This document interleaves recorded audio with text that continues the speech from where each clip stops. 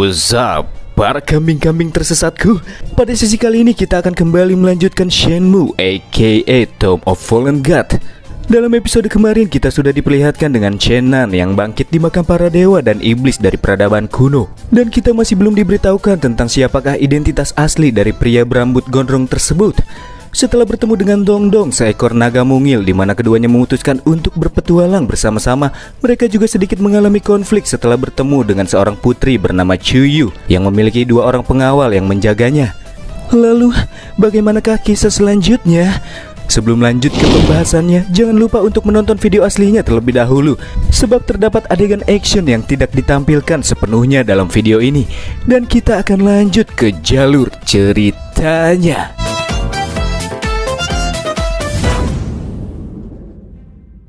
Di awal cerita berlokasi di sebuah jalan yang diapit oleh tebing-tebing bebatuan. Nampak terlihat sebuah kereta kuda yang masih belum diketahui kemana arah dan tujuannya, yang ditumpangi oleh seorang pria yang terlihat seperti bukan orang biasa. Diikuti dengan seorang pengawal berkuda yang melaporkan kepada pria di dalam kereta yang ia panggil dengan sebutan yang mulia, bahwa keberadaan Chuyu serta para rombongannya sudah berhasil mereka temukan. Dari sinilah kita mengetahui apabila tujuan mereka yaitu mengincar sang putri. Pria ini juga sempat memperlihatkan kepada kita isi dari sebuah peti yang memancarkan dua buah energi berwarna kemerahan. Sampai akhirnya didapati sosok pria yang dipanggil dengan sebutan yang mulia ini bernama Renjian.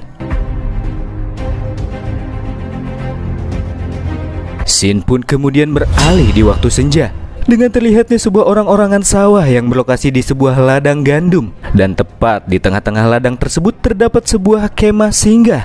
Dan juga terlihat Chen Nan yang sedang dalam kondisi lunglai dipasang di kayu berbentuk salib. Sempat teringat insiden sebelumnya di bawah kaki gunung, yang seusai Chen Nan bertarung dengan dua pengawal Chuyu, wanita ini sempat tidak menyangka jika si mesum atau Chen Nan mempunyai sedikit keahlian bertarung, sehingga membuat kedua pengawalnya dibuat kesulitan meskipun Chen Nan kalah dalam hal jumlah serta tingkat kultivasi. Oleh karena itulah, si putri akan turun tangan secara langsung untuk menghadapi Chen Nan dan mencoba bermain-main dengannya. Chuyu sendiri diketahui sebagai pejuang atau prajurit tingkat 3, dan dirinya memanfaatkan Dongdong yang sedang membeku dan itu dihempaskan ke arah Chen Nan. Karena kekuatan Chen Nan belum pulih total, serangan Chuyu dapat dengan mudah menumbangkan Chen Nan yang basis kultivasinya masih berada di tahap pejuang tingkat pertama. Chen Nan yang saat ini tengah dipasung berpikir tentang menemukan jalan untuk keluar dari si putri yang menculiknya. Tepat di hadapannya juga terlihat Huakin, si pria barbarian yang mengalami flu setelah tubuhnya mengalami pembekuan sebelumnya, dan Yuxia yang memberikan semangkuk sup gandum hangat yang baru saja direbus untuk sekedar meredakan flu yang dialami si barbarian. Jadi, di sini Yuxia sedang mencoba menguak isi dari sebuah peta kuno yang dirasa sangat rumit, sebab terdapat bahasa-bahasa kuno yang sama sekali tidak dia mengerti. Namun dari arah lain, Chen Nan yang sekilas melihat peta tersebut mengetahui bahwa tujuan dari peta tersebut mengarah ke sebuah lokasi yang terdapat teratai api peri di dalamnya. Ya, benar, itulah tujuan dari petualangan Chuyu dan kedua pengawalnya ini. Karena ini merupakan sebuah kesempatan besar yang apabila mereka berhasil menemukan tumbuhan obat peri yang legendaris dan memberikannya kepada yang mulia di negara mereka, mungkin yang mulia akan menyetujui sebuah permintaan yang akan diajukan oleh sang putri. Tapi masalahnya sekarang adalah bagaimanakah cara untuk mengetahui isi dari peta tersebut. Meminta nasihat kepada Huaqian pun percuma, sebab barbarian ini cuma bisa mengandalkan otot saja. Dan bahkan ia sendiri buta huruf. Jadi bagaimana mungkin bisa dirinya membaca isi dari peta kuno yang sangat rumit ini. Tapi meskipun akan sangat sulit, kedua pengawal ini sudah membulatkan tekadnya untuk mendapatkan tumbuhan obat peri legendaris tersebut. Sementara itu dari arah kemah terdengar suara si putri yang tertawa. Dan kemudian ia pun keluar dari kemah sambil tertawa senang setelah ia mengetahui apabila Dongdong yang sedang digendong ternyata seekor naga kecil yang kawaii.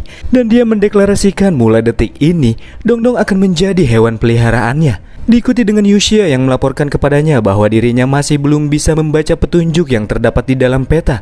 Dan si putri pun menyuruhnya untuk tetap terus mencari petunjuknya. Selain itu, si putri yang menyadari jika Chen Nan sedang berpura-pura tidur lantas menghampirinya untuk menyelesaikan masalahnya dengan Chen Nan. Dongdong yang sudah kenyang sendawa dan menguap di dekapan tubuh empuk Putri Chuyu itu membuat Shannon merasa iri, apalagi dia sekarang merasa sangat kelantih. Sedangkan si Putri mengatakan kepada Shannon tidak apa-apa dia tidur, tapi pada saat Shannon tidur, wanita ini akan mengoyak-ngoyak tubuhnya untuk membuatnya merasa lega sebagai balasan atas tindakan mesum Shannon yang sebelumnya. Dan kemudian si Putri pun langsung menurunkan kedua pengawalnya untuk mengurus Shannon. Tapi karena merasa ngeri, Shannon pun langsung bangun dari akting pura-pura tidurnya. Chuyu langsung tersenyum licik melihat tingkah sang MC. Shannon juga menjelaskan bahwasannya kejadian mesum yang ia lakukan sebelumnya hanyalah kesalahpahaman saja, dan dia sebenarnya bukan orang mesum, tapi namanya Shannon. Dan kata-katanya itu bisa dibuktikan oleh sang naga yang dia gendong. Tapi sialnya, si naga mungil yang sudah sangat PW ini malah mengabaikan Shannon begitu saja. Tentu kelakuan Dongdong membuatnya sangat jengkel dan memarah-marahinya. Tapi si Dongdong malah semakin nyolot dengan berlindung di balik ketiak Putri Chuyu, seakan-akan dirinya baru aja disakitin sama Shannon. Dan si Putri yang melihat hati Dongdong terluka dengan kata-kata Shannon lantas mengeluarkan sebuah pisau pramuka.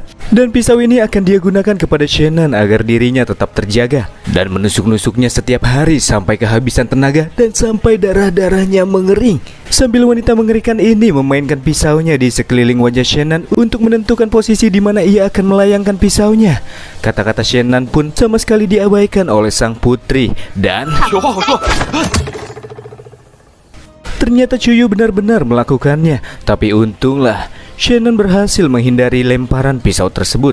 Dan karena itulah sang putri akan melanjutkan permainannya sambil dirinya mengeluarkan beberapa pisau pramuka lagi. Melihat kelakuan sang putri, Shannon cuma bisa menghela nafas dengan kesialan yang terus-menerus ia alami. Di hadapannya kini telah siap 3 buah pisau yang siap mengoyak-koyak tubuhnya. Hingga akhirnya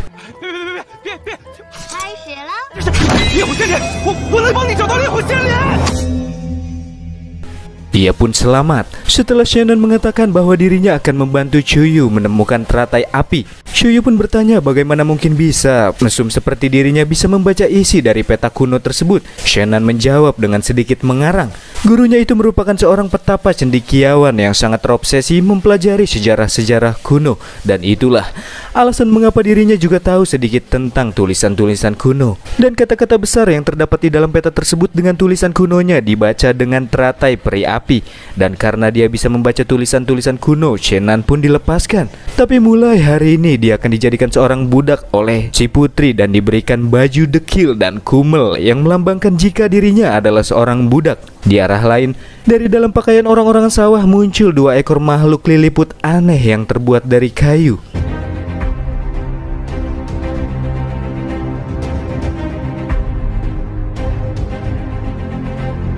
Setelah diberikan petunjuk oleh Shannon mengenai isi dari peta kuno tersebut, kini semua orang telah tiba di sebuah kawah gunung yang terlihat masih aktif. Di sisi lain, kedua makhluk kayu aneh juga masih terus mengikuti mereka sambil mengendap-endap. Karena sudah diantarkan ke lokasi yang dituju, Shannon berniat untuk pamit dan pergi dari TKP. Tapi sebelum ia cabut, tunggu dulu. Si putri ini lantas menodongkan pisau ke pangkal tenggorokannya. Sekali menjadi seorang budak, dia akan tetap terus menjadi budak sang putri. Dan jika kekeh ingin tetap pergi, maka sang putri akan menjadikan Shannon sebagai pengembara yang sudah dikebiri. Kata-kata wanita ini membuatnya ngeri. Daripada harus dikebiri, ia pun langsung memilih bersumpah untuk mengikuti Tuan Putri. Dari arah kejauhan juga nampak terlihat asap tebal di atas puncak dengan tebing yang terjal. Dan di medan itulah, pada saat Chuyu dan para pengawalnya sedang memanjatnya, Shannon akan memanfaatkan momen tersebut untuk dapat melarikan diri. Tapi sial, niatnya harus diurungkan sebab dirinya disuruh untuk memimpin jalan oleh Putri Chuyu. Di sana juga terdapat sebuah peti kayu di mana Hua Qian sebagai seorang bawahan berniat untuk membawakannya. Namun Chuyu langsung menghentikannya karena jalan yang mereka lalui akan sangat berbahaya. Jadi peti kayu tersebut harus dibawa dan dijaga oleh Chuyu yang basis kultivasinya paling tinggi di antara mereka, supaya barang yang satu ini tetap aman. Setelah melihat peti kayu yang dibawa oleh sang putri, Shannon seakan-akan merasakan sesuatu yang tidak asing baginya. Sebenarnya apa yang terdapat di dalam peti kayu tersebut? Dan kemudian Kita akan bergeser ke posisi Renjian, dan ternyata dua liliput kayu ini adalah mata-mata yang diutus oleh Renjian untuk menyelidiki pergerakan Putri Chuyu. Keduanya juga sedang memberikan laporan apabila Chuyu membawa sebuah harta, dan harta tersebut menjadi alasan utama mengapa Renjian mengincar Putri Chuyu sebagai targetnya. Pria ini juga berjanji untuk memperbaiki tubuh kedua liliput kayu yang terbakar akibat terkena panasnya suhu di lokasi sebelumnya, dan menggantinya dengan kayu yang lebih fancy. Tak lama berselang muncul pula bawahan Renjian. Dia melaporkan jika dirinya sudah melakukan persiapan untuk menyergap Tuan Putri Chuyu yang diketahui berasal dari negara Dongchu pada saat sang putri dan para rombongannya turun dari gunung. Kita akan kembali ke pegunungan. Setelah memanjat tebing terjal yang dipimpin oleh Shannon, mereka semua kini telah tiba di sebuah kawah berlahar panas yang menjadi titik koordinat dari lokasi bersemayamnya teratai api. Asap di kawah tersebut juga beracun, jadi berdiam terlalu lama di tempat tersebut bukanlah hal yang baik. Tuan Putri kemudian membagi tim menjadi dua bagian supaya lebih efektif dalam menemukan tumbuhan yang mereka cari secara cepat. Huaqian akan pergi bersama Yuxia, dan Chuyu sendiri akan pergi bersama Shannon, karena itu sangat cocok mengingat basis kultivasi Shannon yang paling rendah di sana. Dan semua orang pun mencari, entah itu di sekitar kawah ataupun bebatuan, semuanya terus mereka telusuri, sampai pada akhirnya Dong Dong yang malah menemukan tumbuhan tersebut terlebih dahulu.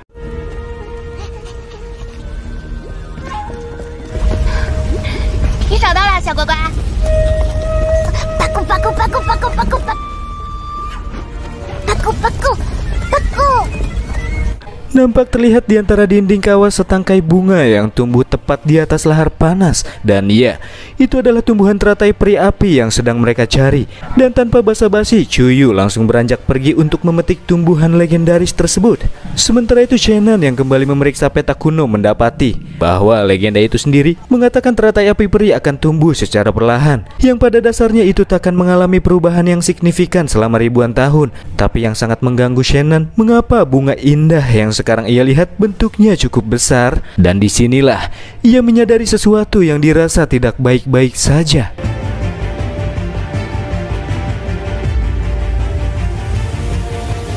Dia pun langsung dengan gercep menyusul sang putri dan langsung menghentikannya sebelum ia memetik tumbuhan tersebut. Di sini dia mencoba untuk menyelamatkannya. Karena bila dilihat dengan seksama, teratai peri ini tumbuh dengan cepat serta memancarkan energi di sekeliling tubuhnya, yang artinya tumbuhan ini telah menyerap energi spiritual dari binatang spiritual, yang kemungkinan besar terdapat binatang spiritual yang menjaga kawah dan tumbuhan tersebut. Dan jika memetiknya dengan sembrono, ya, di tengah-tengah penjelasannya gokilnya malah si MC yang bertindak sembrono, di mana dirinya secara tidak sengaja memetik bunga tersebut. Di saat itu pula, dari kepulan asap hitam yang mengepul di udara muncullah seekor binatang spiritual berbentuk ular raksasa. Dan dialah sang penjaga tumbuhan legendaris yang dipegang Shannon saat ini. Tubrukan dari ular yang sudah murka ini untungnya dihindari berkat bantuan Putri Chuyu. Sedangkan teratai apinya terlepas dari genggaman Shannon, dan keduanya pun diangkat oleh barbarian dan kembali ke atas permukaan. Sedangkan teratai api peri yang jatuh diselamatkan oleh Yuxia sebelum itu terjatuh ke lahar panas. Shannon kini bersama dengan Dong Dong yang terlihat duduk enjoy. Sedangkan barbarian dan wanita es ini akan menahan sang ular di saat Putri Chuyu mengambil teratai peri api. Chuyu juga menyuruh kedua bawahannya untuk menghancurkan penglihatan makhluk tersebut, dan setelah mendapatkan teratai peri api, selanjutnya kembali berkumpul dan mencari cara untuk bisa melarikan diri. Itulah langkah yang akan mereka ambil selanjutnya.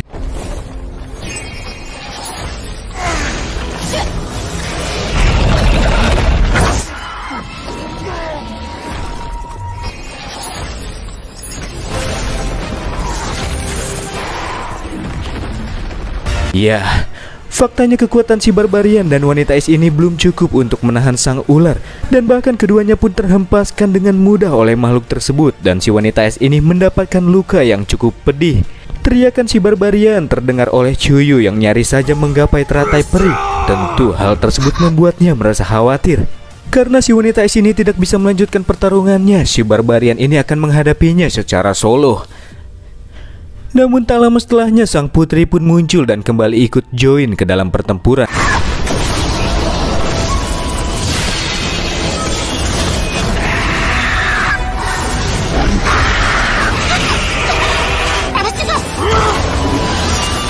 Akan tetapi, Dengan kekuatannya yang telah menjadi sosok pejuang tingkat 2, serangan yang terarahkan kepada sang binatang spiritual ini masih belum mampu menciptakan damage yang berarti. Kibasan ekor si ular juga langsung menghempaskan Chuyu yang terlempar jauh, tapi si barbarian memasang badan kepada sang putri untuk menyelamatkannya. Di arah lain, Donglong yang menyaksikan mirisnya pertandingan bertanya kepada Shannon, mengapa sebagai seorang pria dia tidak ikut membantu? Ya, tentu saja percuma dia membantu. Mengalahkan si putri dan bawahannya aja dia masih belum sanggup. Donglong pun paham. Kembali ke pertarungan, nampak terlihat sang putri sudah hampir mencapai batasnya. Dan dalam posisi yang tersudutkan seperti ini, dia pun berniat untuk menggunakan sesuatu yang terdapat di dalam peti kayu yang dijaganya.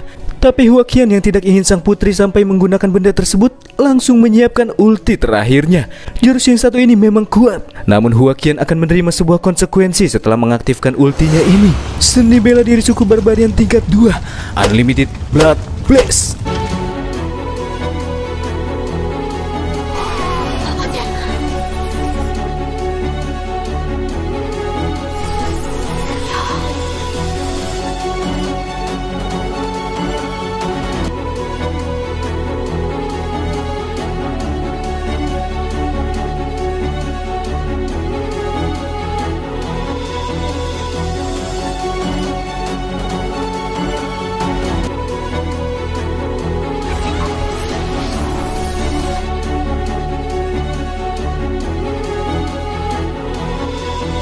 Seusai benturan yang hebat, kedua belah pihak pun terpental secara bersamaan.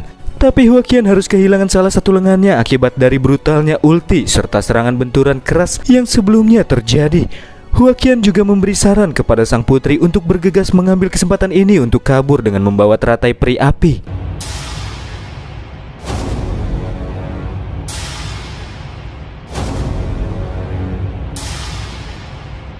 Tapi sayangnya, meskipun sudah terkena serangan si barbarian, ular raksasa ini masih belum tumbang. Dan kibasan ekor dari ular tersebut beruntungnya masih bisa dihalau oleh Yoshia yang telah sadarkan diri. Namun barir yang ia gunakan sebagai perlindungan tidak akan bertahan lama. Dan tak lama setelahnya, lilitan dari sang ular pun mampu menghancurkan barir tersebut. Dan ketiganya pun terpental ke udara. Dan inilah momen-momen kritis bagi Chuyu yang terpental paling belakang, di mana sang ular tengah bersiap untuk menerkamnya. Tapi lagi dan lagi, Huaqian kembali menyelamatkan nyawa sang putri. Namun beliau harus merelakan dirinya sendiri, dan beliaulah yang harus tertangkap oleh terkaman makhluk raksasa ini.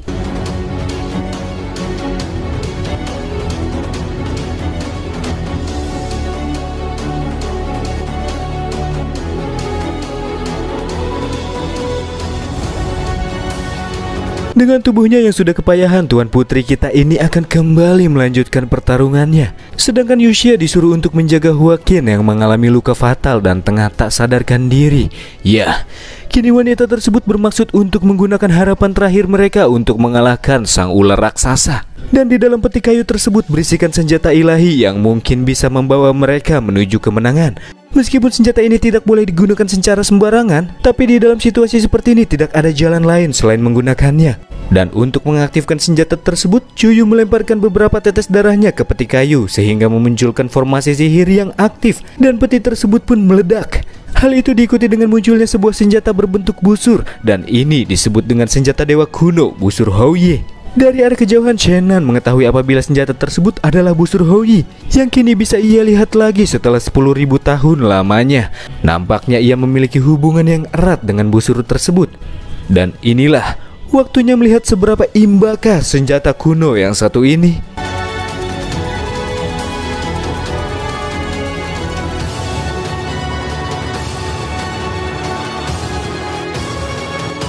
Lesatan anak panah yang ditembakkan oleh Tuan Putri malah meleset. Tapi Shannon yang paham betul dengan busur itu sama sekali tidak heran, membiarkan anak panah yang dilepaskan melesat ke udara untuk sementara waktu. Dan jika seseorang menggunakan senjata ilahi sebelum basis kultivasinya berada di tingkat 5, maka serangan yang terlepaskan akan berbalik dan menyerang penggunanya. Dan itulah yang dimanfaatkan oleh Chuyu.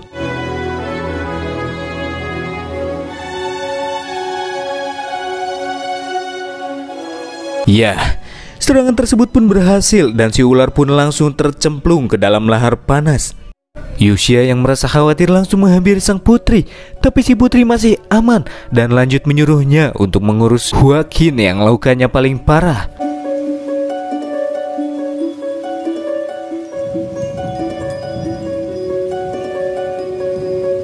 Huaqin yang masih tak sadarkan diri dibekukan seluruh tubuhnya sebab ia sudah kehilangan banyak darah. Jadi Yuxia hanya bisa membekukannya sementara sebagai langkah pencegahan.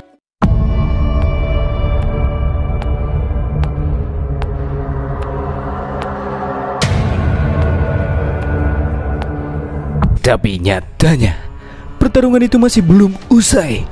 Ular yang terjatuh ke dalam lahar kini telah bertransformasi menjadi seekor naga. Tentunya, kekuatannya juga akan semakin bertambah kuat dari sebelumnya. Ditambah dengan sang putri yang kini sudah tak mampu lagi melesatkan anak panahnya. Ini sudah berakhir, ucap Dong Dong. Tapi Shannon sudah tidak ada lagi di sisinya. Supaya tidak menambah korban jiwa, Chuyu menghempaskan Yuxia yang berniat untuk membantunya.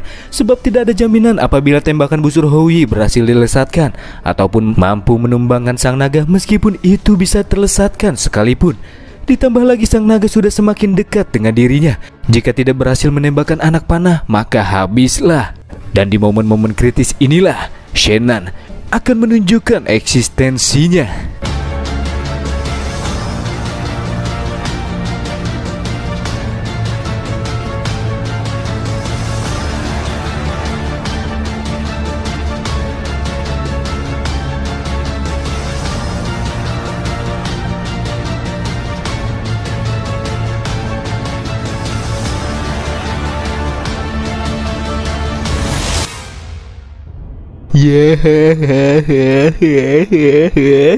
Kocak, malah abis lagi seru-serunya. Tapi itulah episode kedua dari seri Shenmue. Dan jika kalian suka konten yang satu ini, jangan lupa klik like, komen, dan subscribe supaya gue lebih semangat bikin kontennya. Dan akhir kata, bye.